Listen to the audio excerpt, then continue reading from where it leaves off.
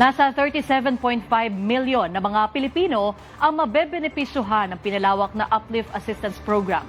Ayon po kay Pangulong Ferdinand R. Marcos Jr., target ng programa na maibsa ng epekto ng pagtaas ng presyo ng langis at bilihin, dulot pa rin po yan ng tensyon sa Middle East. Si Harley Valbuena, nakatutok.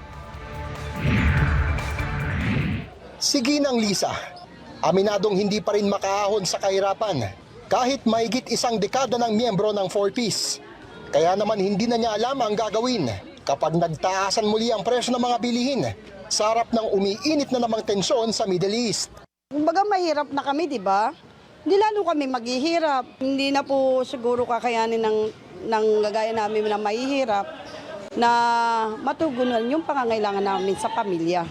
Dahil dito, ipinagutos na ni President Ferdinand R. Marcos Jr. ang pagkapalawak ng mga ayuda sa ilalim ng Uplift Program sa harap pa rin ng National Energy Emergency. Sa ilalim nito, palalawigin ang tulong ng Uplift para sa 7.5 million households o 37.5 million na individual. Tatanggap ng one-time additional 2,000 pesos na cash assistance mula sa DSWD ang 3.5 million na benepisyaryo ng 4Ps at walang gutom program.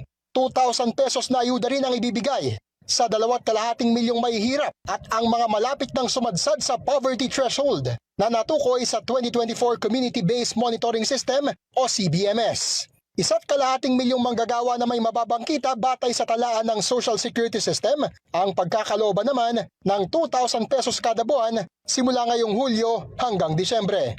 Layunin ng Uplift Assistance na mapangalagaan ang kakayahan ng mga pamilyang Pilipino na matustusan ang kanilang pang-araw-araw na pangangailangan. Kasabay nito, pinalawak natin ang saklaw na tulong upang mas maraming Pilipino ang makinabang sa programa. Ayon sa Malacanang, 12.37 billion pesos ang inilaan ng gobyerno para sa expanded uplift na kukunin mula sa savings sa budget.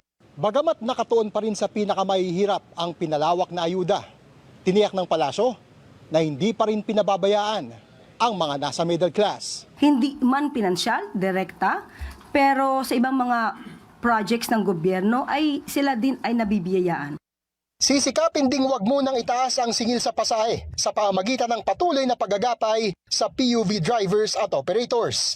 Iniutos na ng Pangulo ang paggamit ng digital payment system para mabilis at maayos na mayatid ang ayuda sa mga nangangailangan. Harley Valbuena, IBC News.